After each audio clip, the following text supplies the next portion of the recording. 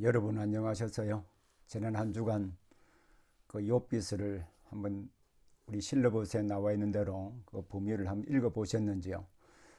저는 매일 성경을 읽을 때 성경을 펴놓고 또 요즘 그 굿TV에서 나온 성경 프로그램도 있고요.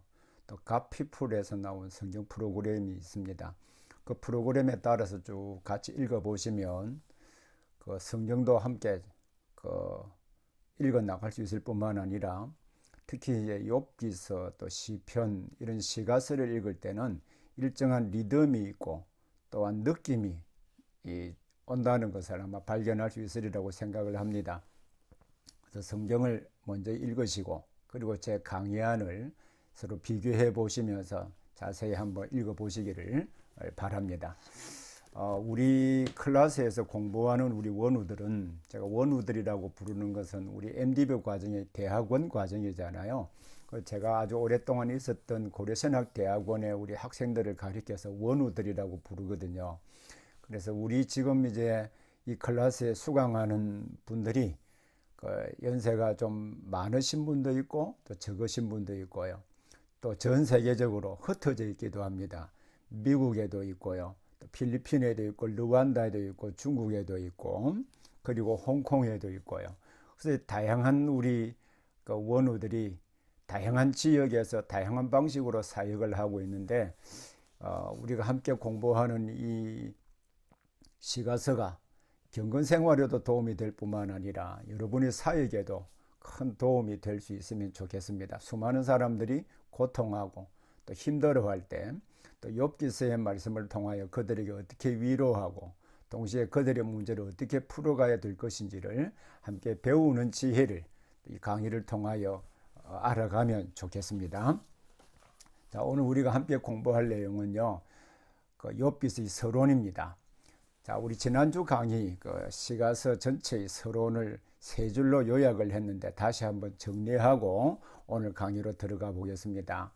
여러분, 시가서, 욥기, 시편, 잠언, 전도서, 아가 5권의 책을 가리켜서 시가서라고 그랬죠. 이 시가서는 성도를 포함한 모든 인간들이 갈등하며 질문하는 문제를 어떤 관점에서 보아야 하고 그 문제를 어떻게 풀어야 할 것인지를 보여주는 책이라고 했습니다. 자, 두 번째로 시가서는 인간에 대한 하나님의 뜻을 기록하기보다는 하나님과 맺은 언약을 중심으로 살았던 구약의 성도들이 경험한 내용을 기록한 경험적 계시라고 했습니다. 세 번째로는 이 표현된 내용, 핵심되는 개념이죠. 표현된 내용은 말할 것도 없고 그 표현을 어떻게 표현되고 있느냐, 즉 문학적 양식에 더 관심을 기울여야 된다는 것입니다.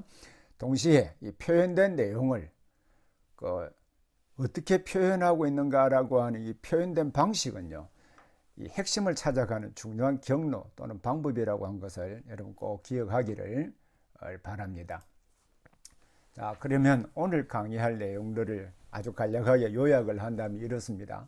욥기는요, 욥이 살았던 시대는 족장시대이거든요.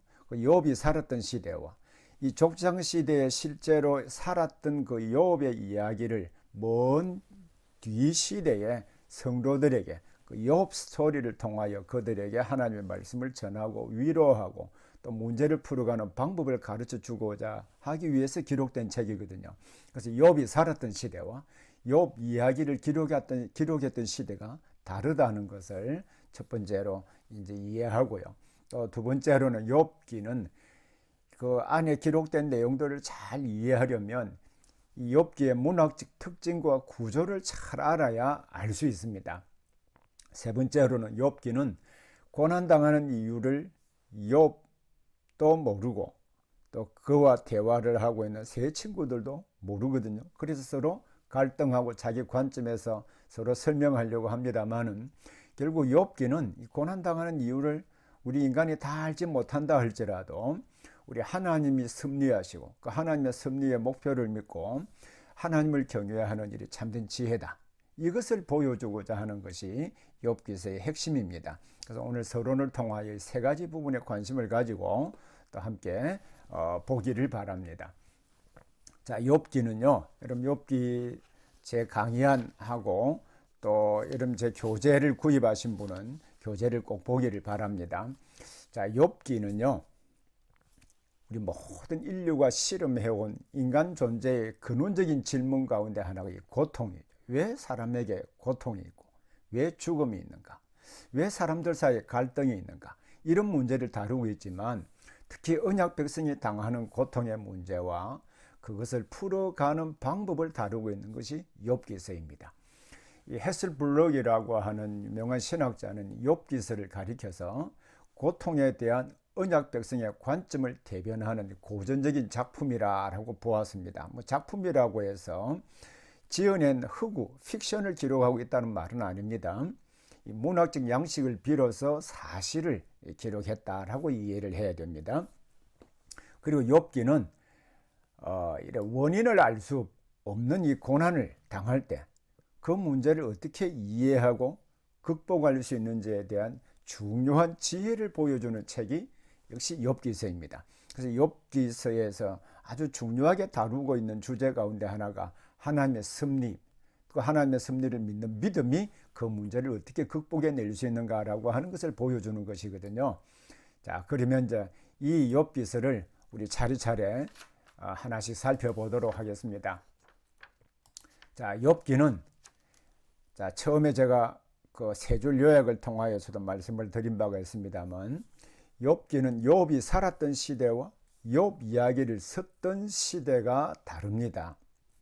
자, 우리 그것을 어떻게 알 수 있는지 우리 책에 보면은 그 제 책 그 교재의 41페이지에 우리 나타나 있습니다. 자, 욥은 어느 시대에 살았는가? 욥이 어느 시대 사람인가? 라는 이 점을 조금 이해할 필요가 있는데요. 욥이 살았던 시대와 이 욥 스토리를 이 기록했던 시대가 이제 다른데, 욥기의 저작 시기, 그럼 욥기를 언제 썼느냐라고 하는 문제를 정확하게 결정하는지는 어렵습니다만 추정 가능한 단서들이 성경 안에 여러 군데 나타납니다.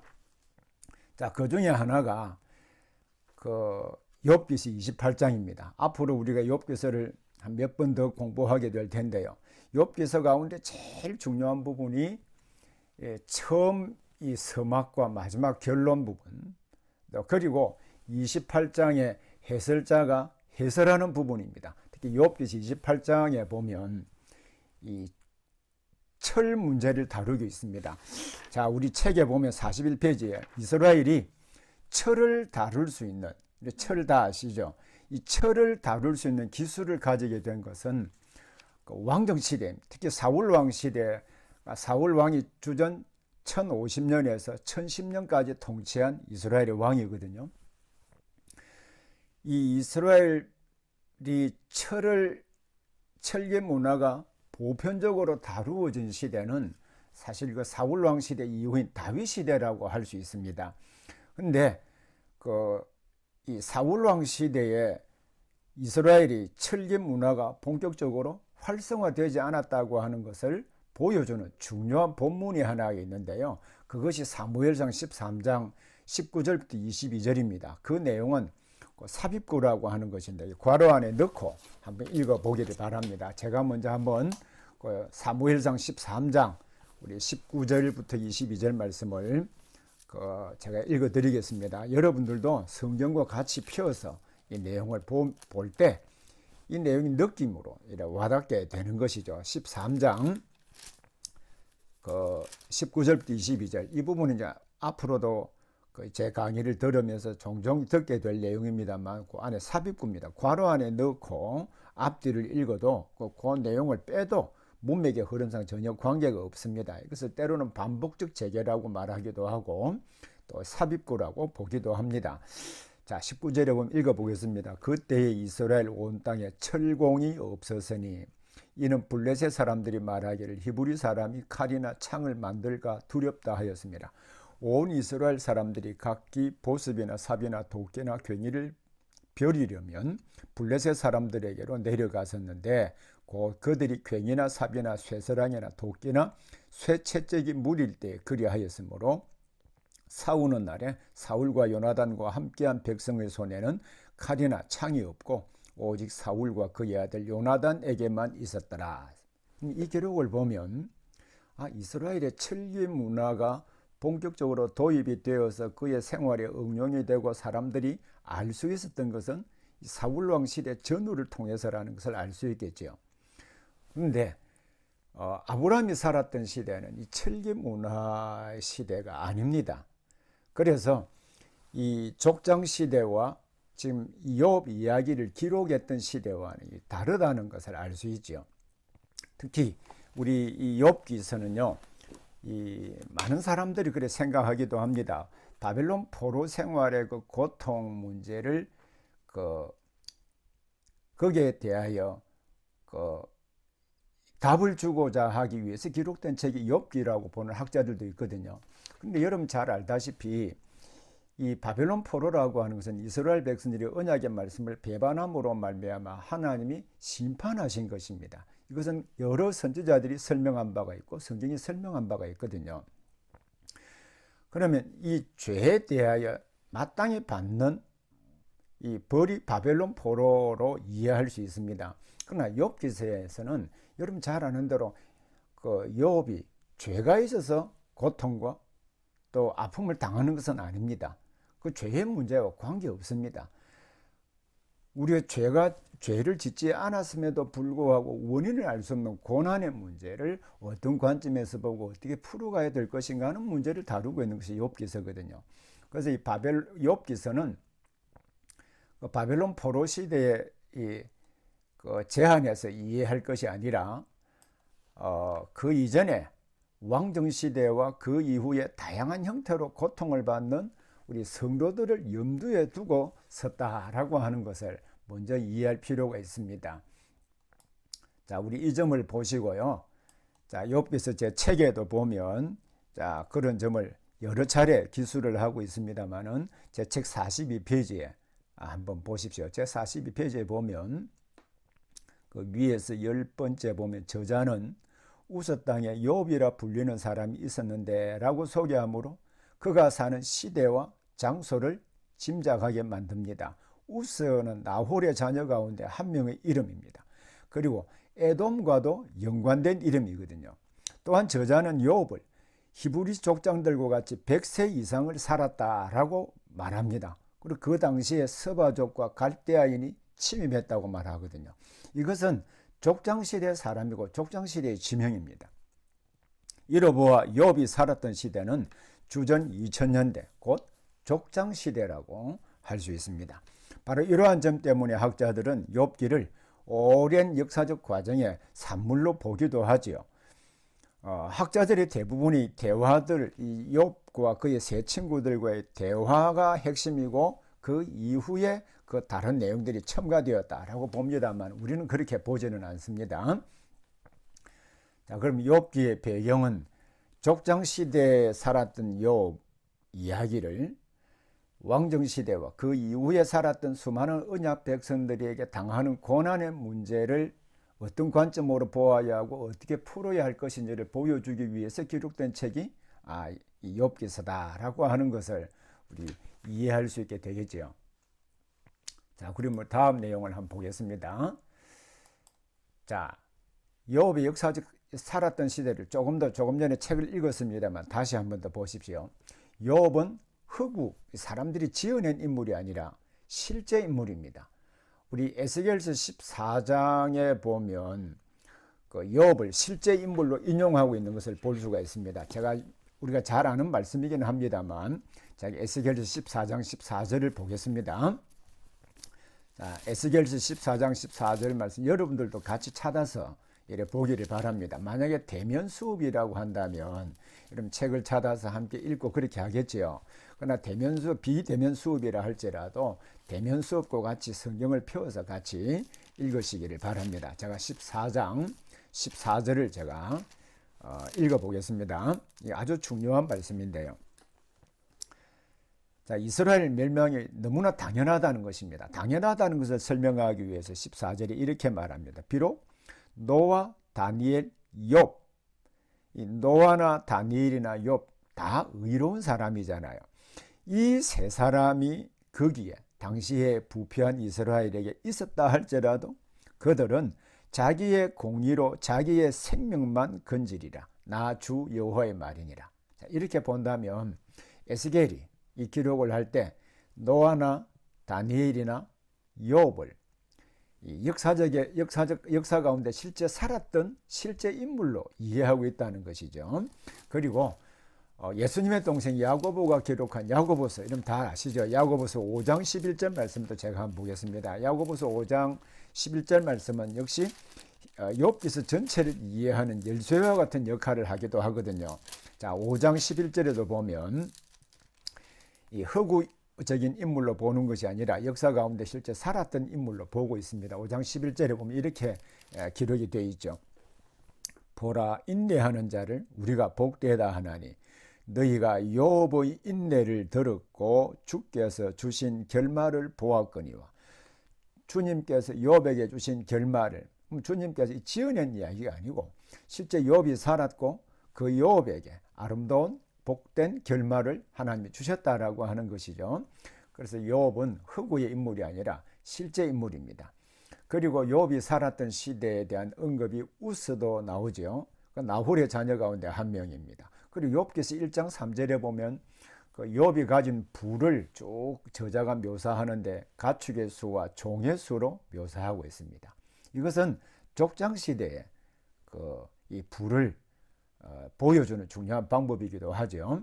그리고 욥기서 1장 5절에 보면 욥이 제사를 지냅니다. 그러면 이 제사 제도가 정착된 것은 이 출애굽 시대 이후이죠. 그때 시내산에서 언약을 맺을 때 제사 제도를 명시해 주셨습니다. 그 이전에는요. 이전에는 이 제사장이 가족의 아버지나 부모가 그 일을 수행했다는 것을 알 수 있습니다. 그래서 욥을 가족의 제사장으로 묘사하고 있다는 것은 출애굽 시대 이전, 결국 족장 시대라는 말입니다. 그리고 서바족과 갈대아인의 침입을 보더라도 이것은 이 족장 시대에 살았던 그 사람들이라고 하는 것을 증거해 주고 있기도 하지요. 이렇게 볼 때 욥이 살았던 시대와 그리고 욥 이야기를 가지고 실제 교훈했던 시대가 다르다는 것을 알 수 있습니다. 그러면 욥이 살았던 시대는, 자, 여기서 보면 욥이 살았던 시대는 족장 시대입니다. 족장 시대라고 할 때 언제부터 언제까지를 일반적으로 족장 시대라고 보느냐. 자, 조금 전에 출애굽 시대부터 구체적으로 제사 제도를 주셨다고 그랬잖아요. 그렇다고 한다면 욥기는 출애굽 시대 이전이 되겠지요. 출애굽 시대 이전이 되는데 그러면 이전 가운데 언제냐라고 하는 것을 보면 우리 연대로 이제 계산하면 우리 성경에 나타나는 모든 그 연대의 자유주의 신학자나 보수주의 신학자들이 공통적으로 인정하는 부분은 아브라함은 주전 2166년에 태어났을 것이다 라고 보고 있습니다. 이것을 기준으로 본다면 요셉이 죽은 해가 1805년이거든요. 그러면 바로 욥이 살았던 시대는 족장시대입니다. 족장시대이고요. 그러면 이 욥이 살았던 그 시대, 욥 이야기를 가지고 하나님의 섭리와 믿음의 중요성을 강조하기 위해서 썼던 욥 이야기를 기록했던 시대는 언제인가? 자, 여러분들이 혹시 우리나라 드라마를 보신 일이 있지요? 우리나라 드라마 가운데 허준, 대장금 같은 그 스토리는 역사 가운데 쭉 우리가 잘 아는 대장금 이야기는 조선시대 중종시대의 한 인물에 대한 스토리잖아요. 그 인물을 매우 간략하게 기술을 해놓았습니다. 우리나라 역사를 보면. 그러나 그 대장금의 이야기를 스토리로 쭉 기록해 놓은 것을 현대에 와서 썼잖아요. 그러니까 욥 이야기도 꼭 그렇게 맞출 수는 없겠지만 족장시대에 살았던 인물을 가지고 그 이후에 왕정시대에 고통당하는 성도들을 위하여 기록된 책입니다. 그러면 그 왕정시대는 언제부터인가? 아까 철기문화를 말씀드린 적이 있죠. 그러면 그것은 사울왕이 1050년부터 1010년까지 통치했거든요. 그럼 그 이전에 블레셋 사람들은 철기문화를 소유하고 있었고 당시의 사람들은 이 철기에 대해서 어느 정도 지식을 가지고 있었다는 것을 내포하고 있잖아요. 그러면 이 시대 전후로 해서 그 이후에 그러면 언제까지일까? 그 이후에 왕정시대 이후에 바벨론 포로 이전 또 바벨론 포로까지도 내포하는 우리 하나님의 백성들이 그 여러 가지 문제로 고통을 당하고, 특히 원인을 알 수 없는 고통의 문제를 어떤 관점에서 보고 어떻게 풀어야 될 것인가를 보여주기 위해서 기록된 책이거든요. 그래서 이 시대를 살던 독자들에게 주셨으니까, 그러면 이 언제 저작을 했느냐라고 하는 것은 정확하게 알 수가 없지만, 어쨌든 이 시대에 살았던 성도들을 위하여 기록된 책이 욥이고, 동시에 이 시대는 오늘날 그리스도 안에서 이 시대에 살았던 이야기가 그리스도 안에서 어떤 의미가 있는가, 이게 구속사적인 의미이거든요. 자, 그러면 이제 다음 부분을 함께 보도록 하죠. 그러면 이 족장시대라고 할 때, 조금 전에 요셉이 1805년에 죽었다고 그랬잖아요. 그리고 아브라함이 2166년에 태어난 것은 자유주의 학자들이나 또 보수주의 학자들이나 보편적으로 받아들이는 연대라고 했지요. 그래서 아브라함의 출생 연대가 2166년을 근거로 잡는 것은 그 아브라함이 이삭을 낳았을 때가 100세이고요. 또 이삭이 야곱을 낳았을 때가 60세입니다. 그래서 야곱이 요셉을 낳았을 때가 90세이거든요. 그래서 야곱이 애굽에 내려갔을 때가 130세입니다. 그리고 우리가 잘 아는 대로 요셉의 나이 39세 때 그 애굽에 총리로 있었잖아요. 애굽에 내려갔을 때가 39세입니다. 그리고 요셉이 110세에 죽었거든요. 그럼 이것을 거꾸로, 자, 다음 도표를 한번 보시죠. 다음 도표를 보면, 자, 이 도표를 여러분 보시면 알겠지만, 자, 이 아브라함이 75세에 부름을 받았잖아요. 아브라함이 75세에 부름을 받았습니다. 자, 이 요셉이 1805년에 주전 1805년에 죽었다고 그랬죠. 그 110세를 살았거든요. 거꾸로 쭉 계산을 해보면 이렇습니다. 그러면 애굽의 총리가 된 요셉이 애굽의 총리가 된 해가 그의 나이 30세죠. 그의 나이 30세입니다. 그리고 또 이게 이삭이 죽은 해가 180세이거든요. 180세입니다. 이삭이 결혼한 해가 40살에 결혼을 하게 되죠.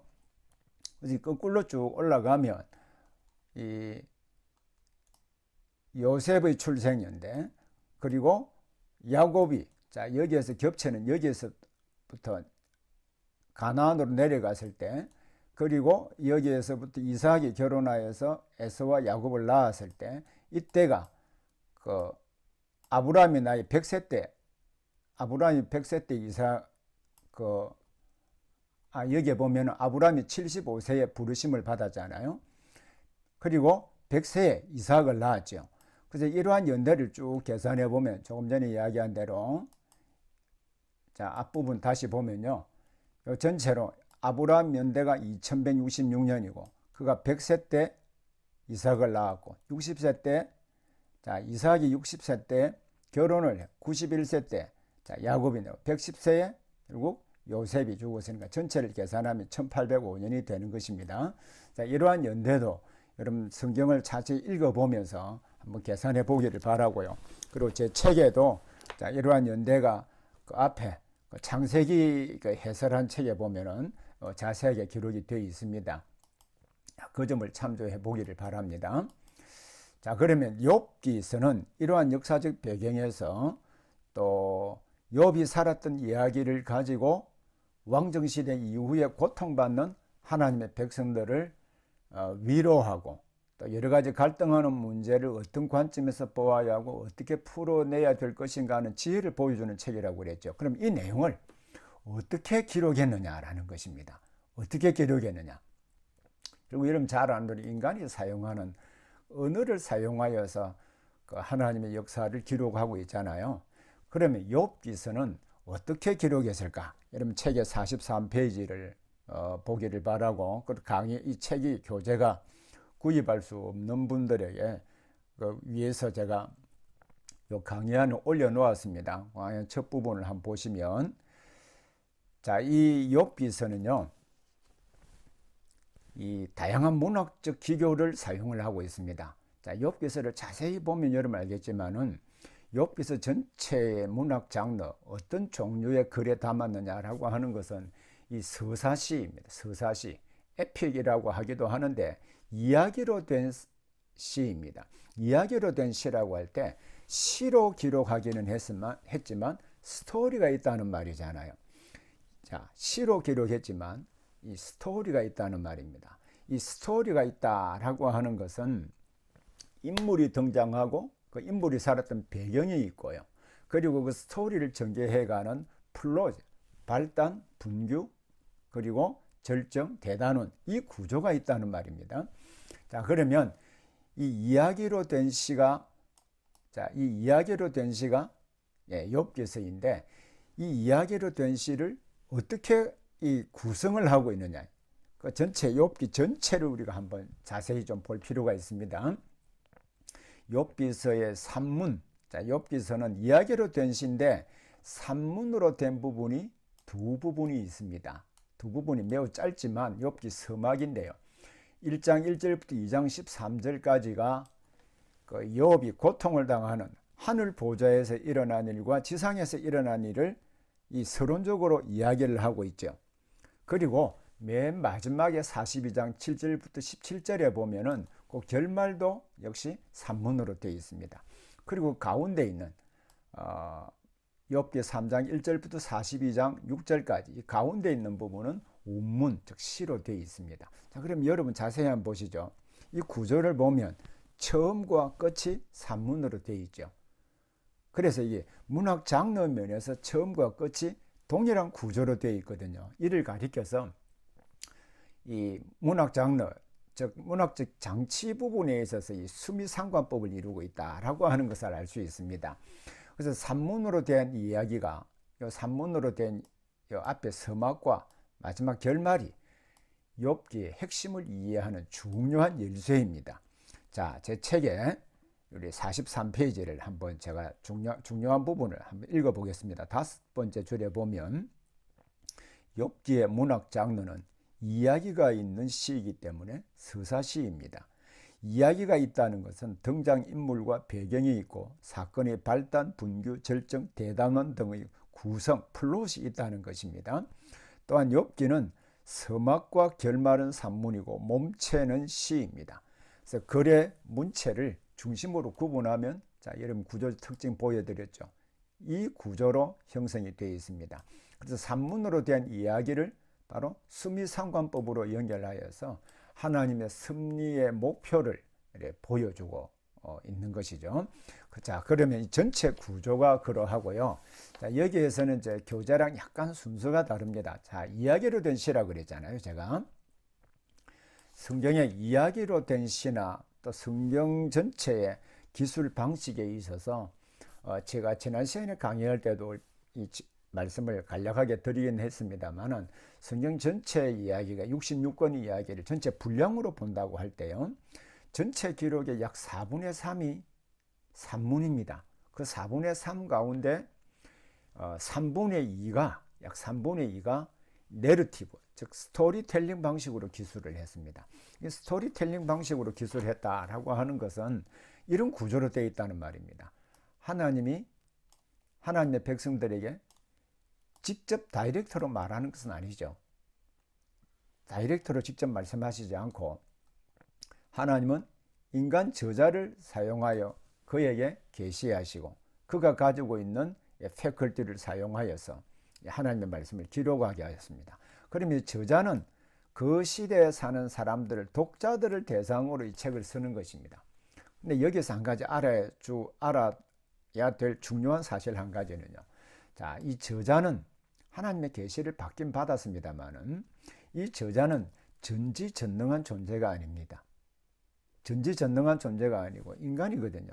그러면 하나님의 마음이나 사람의 마음을 저자들이 표현하고 있잖아요. 그러면 저자가 알아서 표현했을까요? 그건 아니고 저자는 그 하나님의, 예를 들어서 욥기서 1장에 보면 하늘 보좌에서 일어난 일을 인간 저자인 그가 어떻게 알 수 있겠습니까? 모르거든요. 그래서 거기에 인간 저자는 내레이트, 전지전능한 전지적 시점을 가진 3인칭 화자 내레이터를 세웁니다. 그 내레이터가 사람 청중 내레이티, 듣는 청자들에게 이야기하는 방식으로 기술한 책이 욥기고 성경 이야기의 특징입니다. 이 구조를 잘 이해하게 될 때 이 해설자의 코멘트가 그 스토리의 핵심을 이루고 있다는 것을 알 수 있습니다. 그래서 욥기가 첫 부분과 마지막 부분만 이 내러티브로 되어 있다고 그랬잖아요. 이야기 스토리텔링으로 되어 있고 그 해설자를 세워서 처음과 마지막을 이야기하는데 가운데 욥기 28장은 그 저자의 코멘트라기보다는 내레이터를 세워서 그 전체 이야기에 코멘트를 하고 있는 부분입니다.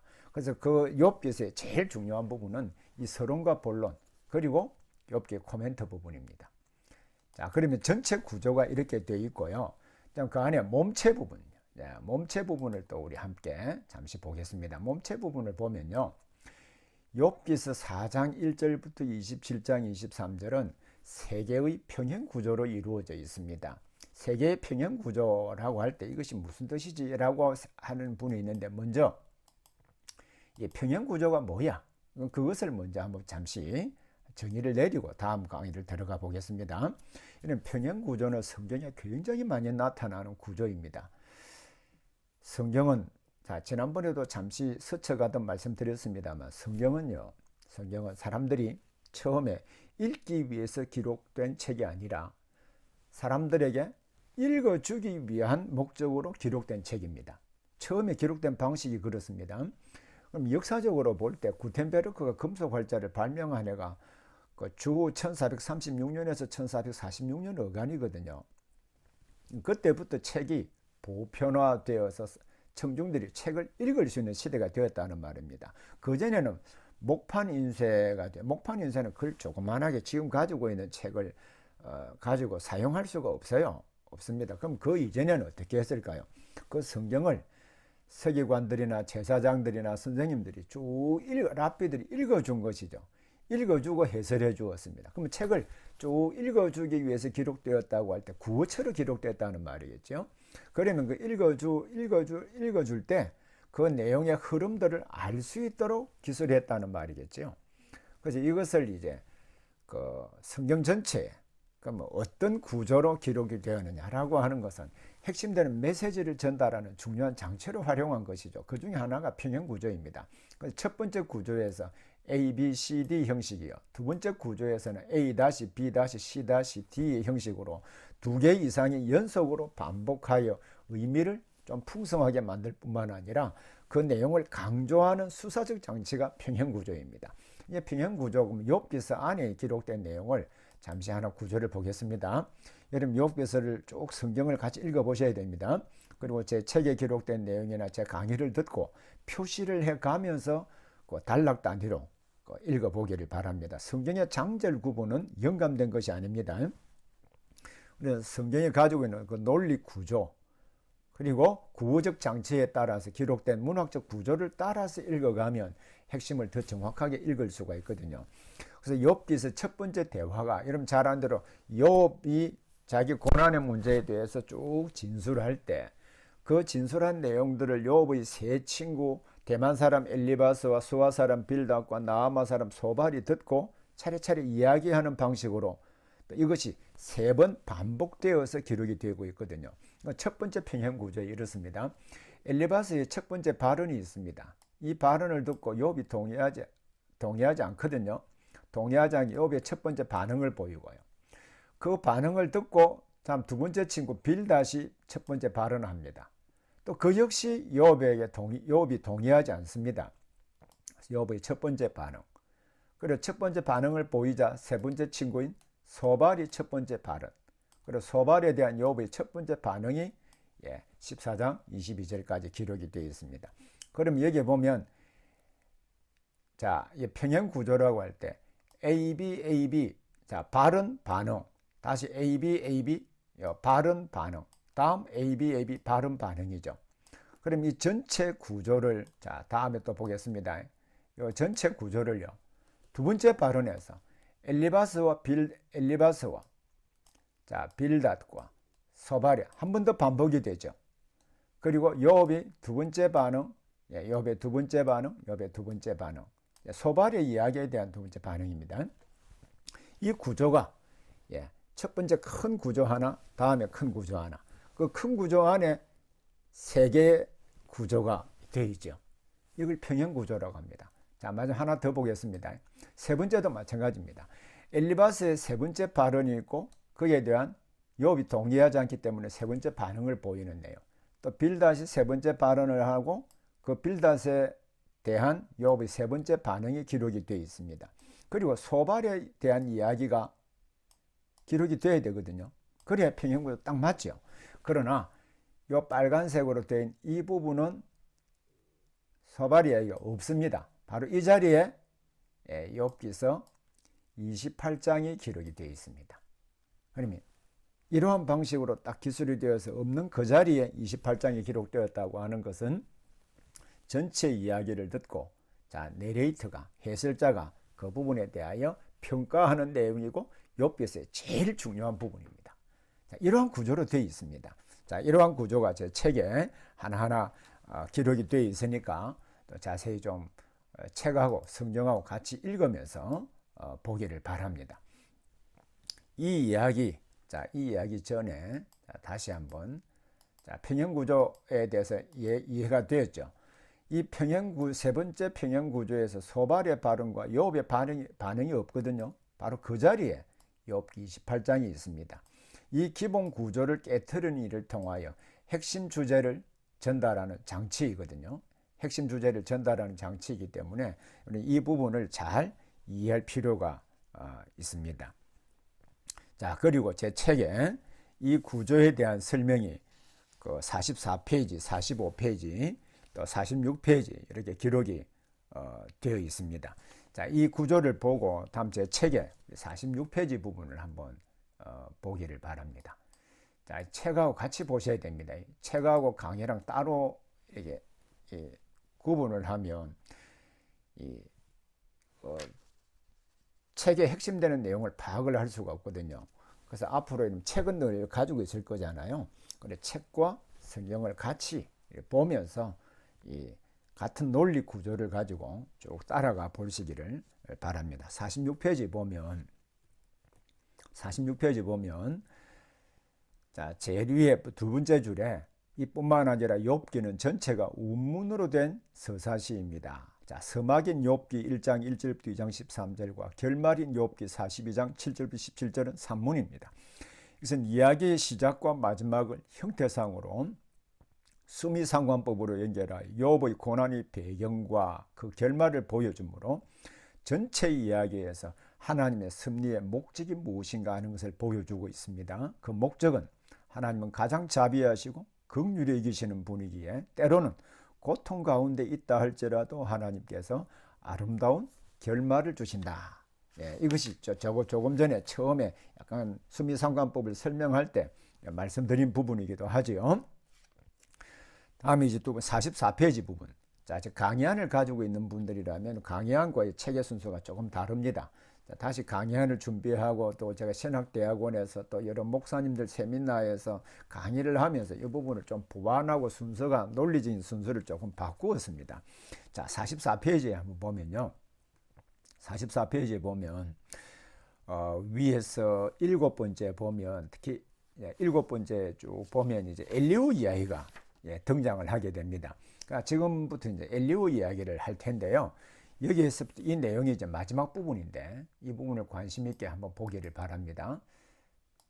자, 이게 욥이 결론적 담론이 28장이 그 소발의 자리 대신에 이 욥기를 쭉 이야기하는 내레이트의 해설이라고 그랬죠. 해설이 끝나고 난 뒤에 세 친구와 세 번 평형구조로 된 이 세 번의 논쟁 이후에 욥이 최종적인 변론을 하는 내용이 29장입니다. 29장부터 31장까지 욥이 결론적 담론이거든요. 이 이야기를 듣고 엘리후가 이야기하는 내용이 32장부터 37장입니다. 이 엘리후 이야기가 매우 중요합니다. 욥과 그의 세 친구들과 다른 논리로 욥의 문제를 설명을 하고 있거든요. 그러면 나중에 다시 한번 살펴보겠습니다만은 욥의 세 친구들의 논리라고 하는 것은 이런 것입니다. 자, 신명기 28장에 기록된 언약의 말씀에 따라 하나님의 말씀을 듣고 순종하면 복을 받고 불순종하면 저주를 받는다는 그 논리 구조, 인과응보의 논리, 또는 하나님 말씀에 대하여 순종할 때 복을 받고 불순종할 때 저주를 받는다고 하는 이 보편적인 논리 구조를 가지고 볼 때 욥이 고난을 당하는 것은 결국 하나님 앞에 죄를 지었기 때문이 아니냐, 이런 점이죠. 근데 욥은 동의합니까? 안 합니까? 하지 않잖아요. 욥은 동의하지 않습니다. 그래서 욥이 나름대로 자기 논리를 가지고 주장을 펴지요. 이 세 번의 대화 내용을 옆에서 자세히 들었던 사람이 누굴까요? 엘리후입니다. 엘리후는 욥이 자기 무죄를 변명하다가 결국은 모든 문제를 섭리하시는 하나님이 잘못된 분으로 이야기를 하거든요. 그래서 그것이 왜 잘못되었는가라고 하는 것을 설명하는 사람이 이 엘리후입니다. 그래서 엘리후의 담론은 오늘 우리 성도들에게도 매우 중요한 의미를 줄 수 있다고 생각합니다. 그래서 엘리후의 담론을 통해서 세 친구들과 다른 논리로 욥의 문제를 설명하는데 하나님의 위대하심과 그리스도 안에서 구속하신다고 하는 중요한, 우리가 다 알 수 없지만 하나님이 섭리하시고 결국 그리스도 안에서 구속하신다고 하는 매우 중요한 주제를 설명을 하고 있습니다. 결국 욥의 경우에 그의 친구와 논쟁하다가 자신의 문제가 죄 때문이 아니라고 설명하다가 결국 하나님을 의롭지 못한 분으로 설명하는 오류를 범하게 되거든요. 그래서 엘리후가 바로 이 점을 지적을 하고 있습니다. 그리고 마지막에 이제 하나님이 쭉 말씀하시는 하나님의 담론이 나타납니다. 이 담론은 대부분 질문 형태로 되어 있습니다. 네가 똑똑하냐? 천지만물을 네가 창조했냐? 인간사를 다 네가 어느 정도 안다고 생각하느냐? 전체 수많은 질문을 욥에게 쭉 던지므로 욥 자신이 생각이 잘못되었다, 그리고 그의 세 친구들도 잘못되었다라고 하는 것을 깨닫게 함으로 마치고 있죠. 자, 이런 이 구조를 제가 이 책의 마지막 부분 한번 보십시오. 제 책의 44페이지를 한번 보겠습니다. 44페이지에 위에서 8번째 보면 특히 엘리후는 이라고 있죠. 인간이 하나님의 섭리를 다 알 수 없다는 점을 논증하고 있습니다. 그는 욥의 경우 세 친구와 논쟁하면서 자신의 고통이 죄 때문이 아니라는 것을 설명하다가 도리어 하나님을 의롭지 못한 분으로 말하는 오류를 범했다고 지적했습니다. 그리고 세 친구의 경우는 자신들이 가지고 있는 논리만을 가지고 욥을 부당하게 정죄했다고 지적했습니다. 한편으로 하나님의 담론에서 하나님은 엘리후가 욥과 그의 세 친구에게 한 책망을 그대로 인정하십니다. 그러면서 욥에게 질문 형식으로 인간의 한계를 지적하며 하나님을 함부로 판단해서는 안 된다고 하는 것을 이 하나님의 담론을 하나님이 쭉 질문 형식으로 말씀하심을 통해서 보여주고 있습니다. 자, 그러면 여러분 전체 구도를 이거는 꼭 외우십시오. 이 구조는 욥기서를 읽는다면 이 구조를 모르면 본문의 의미를 전혀 알 수가 없습니다. 그래서 다음 시간에는 주음이거든요. 그때 이 내용 구조를 다시 한번 살펴보게 될 것이고 어떻게 적용되는가 하는 것을 보게 될 것입니다. 자, 욥기 전체 구조를 보면 산문으로 되어 있는 부분, 이야기로 된 부분이 말씀드렸죠. 서막 1장 1절에서 2장까지입니다. 1, 2장이 서막입니다. 그리고 마지막 아주 짧지만 욥이 회복되는 마지막 스토리가 여기 기록이 되어 있잖아요. 42장 7절부터 12절, 그죠? 자, 이 내용을 보시고 서론적 담론이 욥이 3장입니다. 그리고 첫 번째 평행구조. 첫 번째 평행구조라고 하는 것은 대만 사람 엘리바스 이야기, 다음 욥의 반론, 다시 수아 사람 빌닷의 문제 제기, 욥의 반응, 반론을 펴고 있는 거죠. 또 나아마 사람 소발의 문제 제기, 욥의 반론, 이 이야기가 첫 번째 구조입니다. 동일한 구조로 이 두 번째 평행구조 대화가 나오죠. 두 번째 대화가 나오고, 그리고 세 번째 평행구조가 똑같이 세 친구들과 대화합니다만은 마지막 소발 이야기 없다고 그랬죠. 그 자리에 바로 저자의 해설 부분이 있습니다. 그래서 28장이 중요해요. 그리고 이 구조를 다시 보면 욥의 결론적 마지막 최후 진술입니다.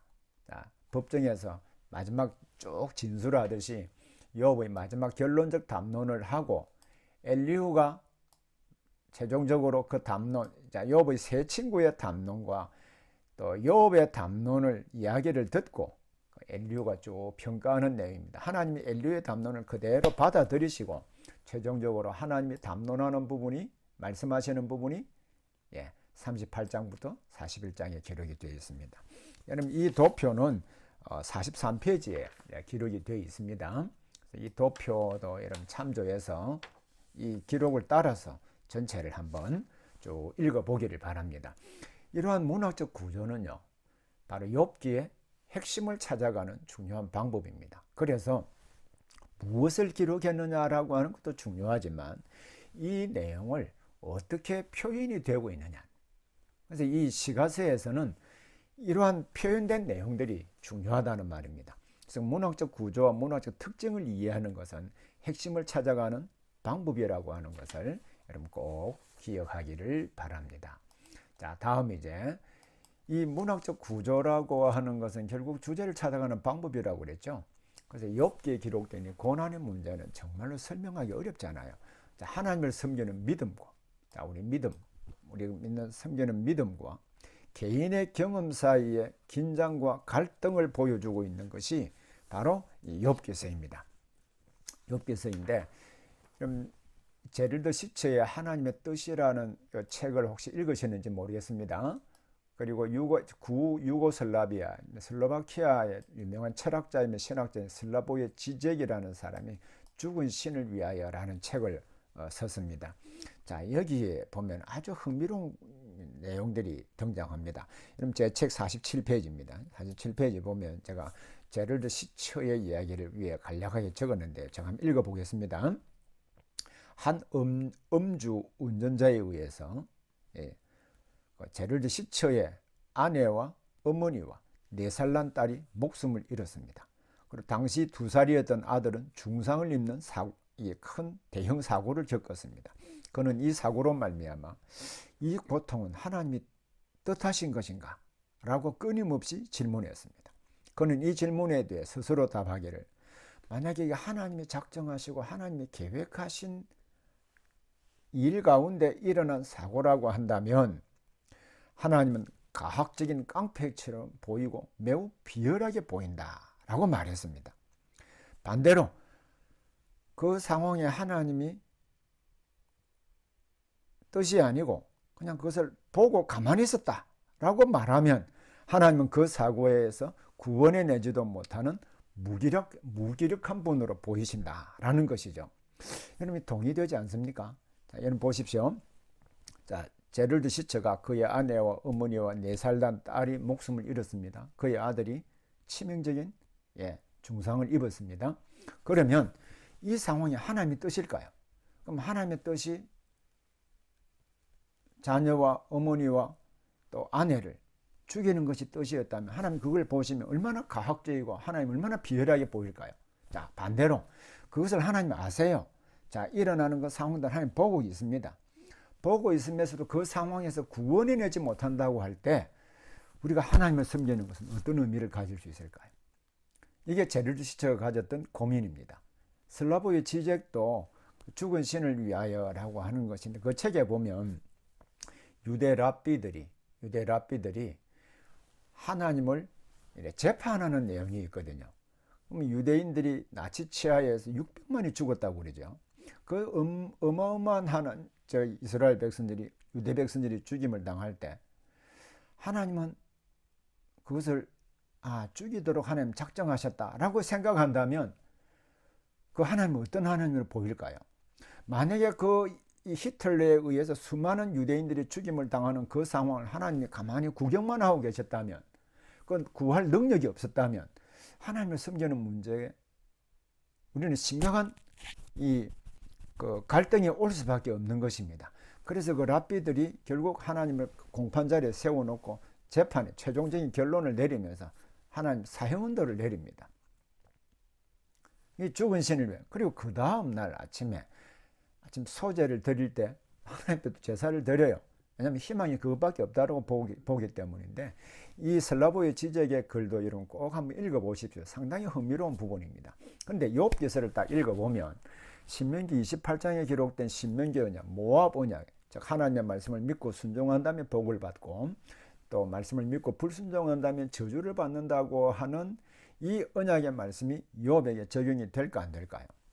네, 적용이 되지 않습니다. 왜냐하면 이 산문으로 된 이야기 1장 2장 서막에서 보면 욥이 당하는 고난은 욥이 죄 때문이 아니잖아요. 욥의 죄 때문이 아닙니다. 앞으로 우리 살펴보게 되겠습니다만은 하나님의 그 보좌에 사탄이 와서 사탄이 있는 것을 보고 사탄에게 질문을 던지잖아요.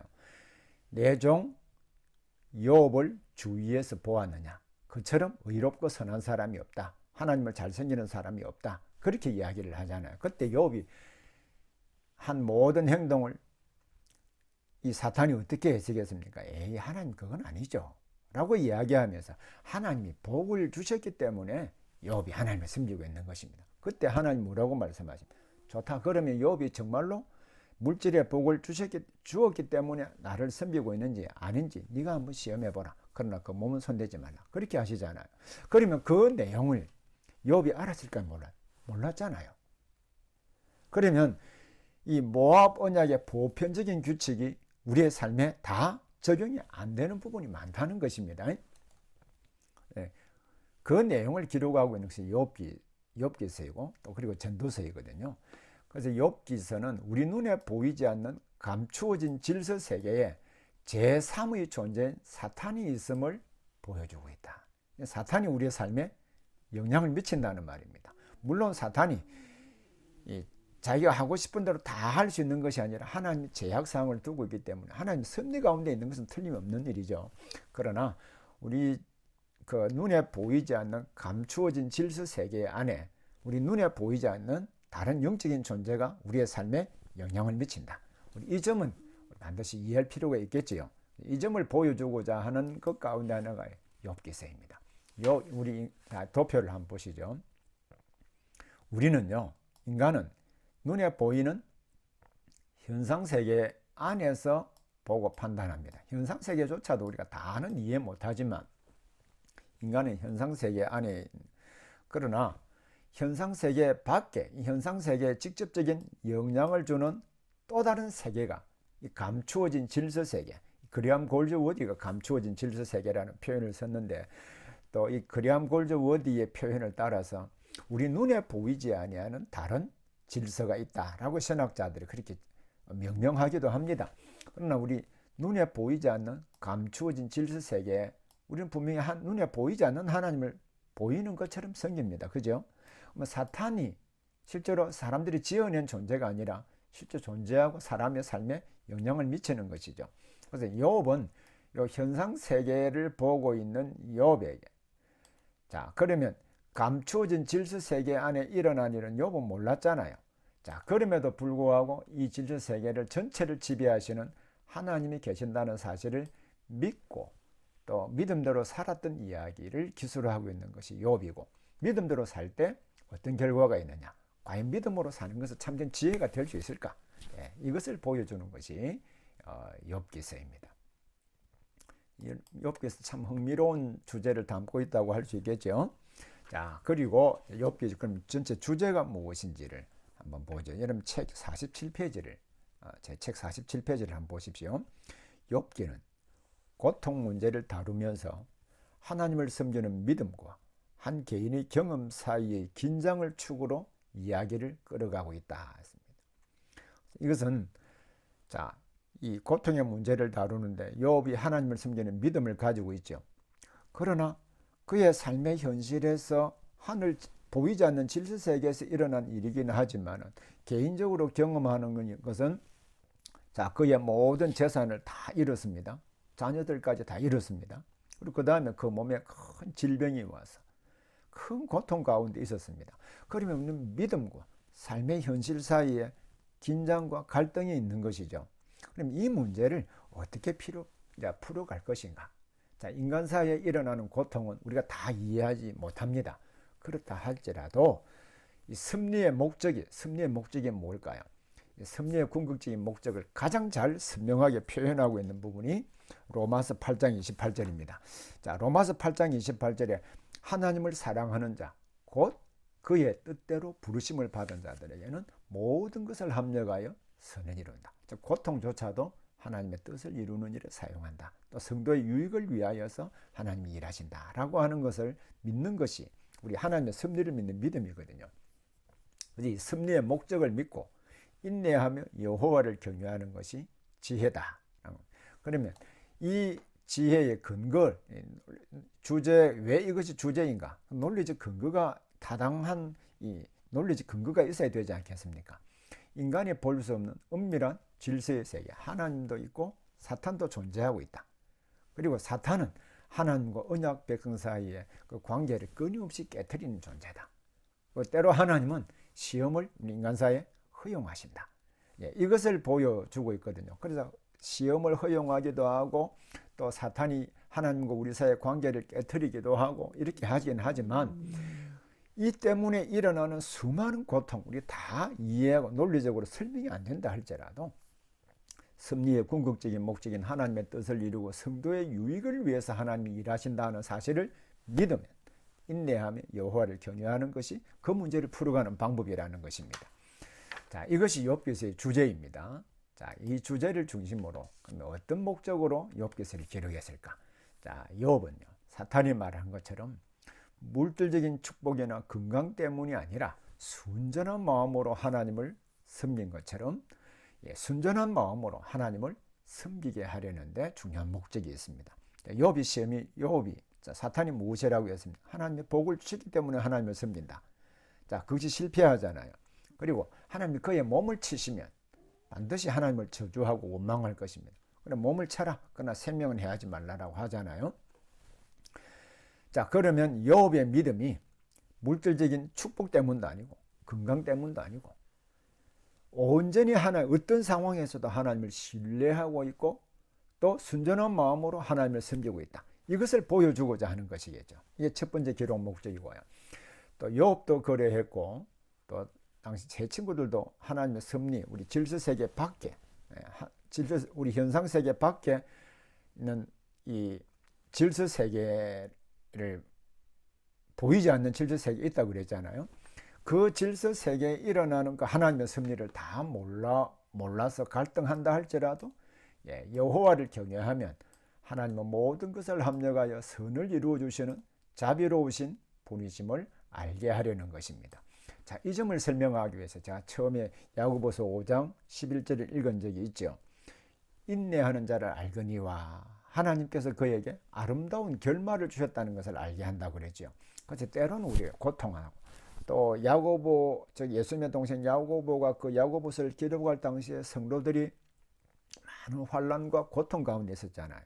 그러나 그 환난과 고통이 죄 때문에 나타나는 것이 아니고 우리가 알지 못하는 하나님의 섭리 가운데 있다 할지라도 욥이 인내하며 여호와를 경외할 때 아름다운 결말을 주신 것처럼 오늘 우리가 하나님의 섭리를 다 이해하지 못한다 할지라도 하나님을 믿고 여호와를 변함없이 경외하면 아름다운 결말을 주신다.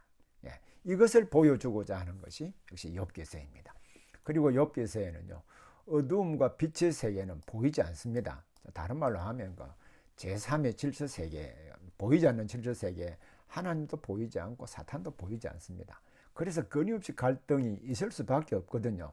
그래서 우리의 싸움은 악한 영들과 싸움인 것을 역시 욥기서를 통해서 보여주고자 하는 것입니다. 그럼 욥기서 이야기를 통해서 그러면 이 이야기가요. 자, 다음 이 이야기가 하나님의 구속사에서 어떤 의미가 있는가? 자, 하나님이 구원하시는 전체 역사 가운데 욥이 살았던 족장 시대와 그 이야기를 가지고 그 당시 언약 백성들에게 교훈하고자 하는 그 시대, 즉 욥이 이야기를 기록했던 시대가 다르다고 그랬죠. 그럼 이 구속사에서 욥 스토리가 자, 어떤 의미가 있는가? 하나님의 구속사라고 할 때 항상 두 가지 관점에서 늘 생각을 해야 되는데, 첫째는 하나님의 주권적인 은혜, 하나님이 작정하시고 계획하신 부분을 변함없이 역사 가운데 이끌어가시고 궁극적인 구원을 이루어내신다. 이게 첫 번째 부분이고, 그러면 그 하나님의 주권적인 역사 가운데 인간의 책임이 뭐고 인간의 존재는 뭘까? 이런 부분도 역시 구속사의 핵심적인 이 부분을 차지하거든요. 자, 그 내용을 이제 이 욥기서 안에 어떻게 기록을 하고 있는가? 하나님의 주권적인 은혜는요, 하나님은 인간의 생사화복, 살고 죽고 또 화를 당하고 복을 받는 이 모든 문제를 주장하시고 창조 세계만이 아니라 영적 세계를 주장하시는 분이심을 보여줍니다. 여러분, 이 이야기는 제 책 146페이지부터 147페이지에 기록이 되어 있습니다. 그리고 하나님은 우리 인간이 알 수 없는 보이지 않는 질서 세계에 일어나는 일까지 때로는 우리에게 그것 때문에 나타나는 고통의 문제까지도 합력하여서 모든 것을 다 함께 작용하게 하여서 우리 성도의 유익을 위해서 일하신다. 이것이 욥기의 구속사에서 하나님이 주권적으로 이끌어 가시는 하나님의 은혜의 역사이기도 합니다. 그러면 이러한 하나님의 주권적인 은혜 또 하나님의 구원 역사에서 인간은 어떤 책임이 있을까?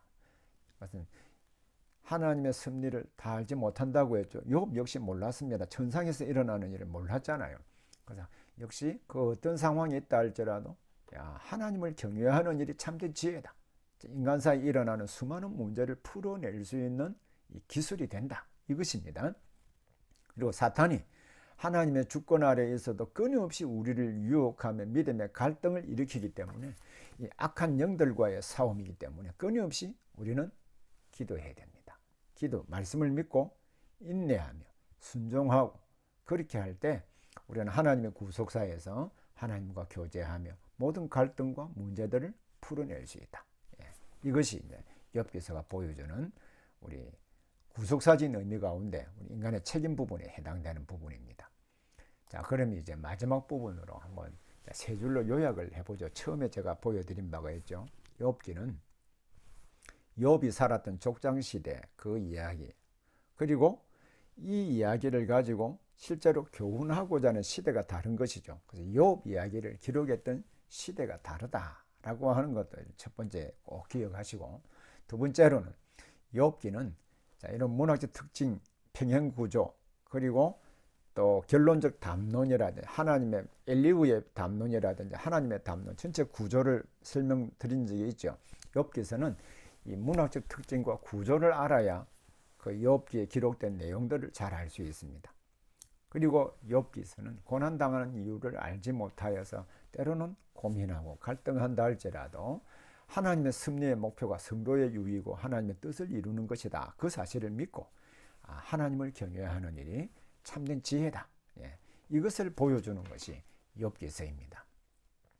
여러분, 다음 시간에는요, 줌을 통해서 함께 이제 얼굴을 화면이긴 하지만 화상으로 서로 보면서 한번 강의를 진행해 보도록 하겠습니다. 그때 사실 이 강의라든지 모든 이 교육 또는 이 하나님의 일을 진행해 나가는 데 있어서 우리는 전 세계에 흩어져 있기 때문에 아주 다양한 방법으로 함께 공부하는 일은 매우 중요하긴 하지만 여전히 관계 부분이 상당히 중요합니다. 왜냐하면 관계를 통하여서 교훈이 전달되기 때문이죠. 그래서 다음 시간에 여러분 가능한 한 우리 모든 우리 원우들이 다 참석해서 서로를 이해하고 또 서로를 위해서 기도도 하고 또 함께 공부하는 다음 시간에는 욥기서 1장부터 처음 나타나는 평형구조 부분을 살펴볼 것이거든요.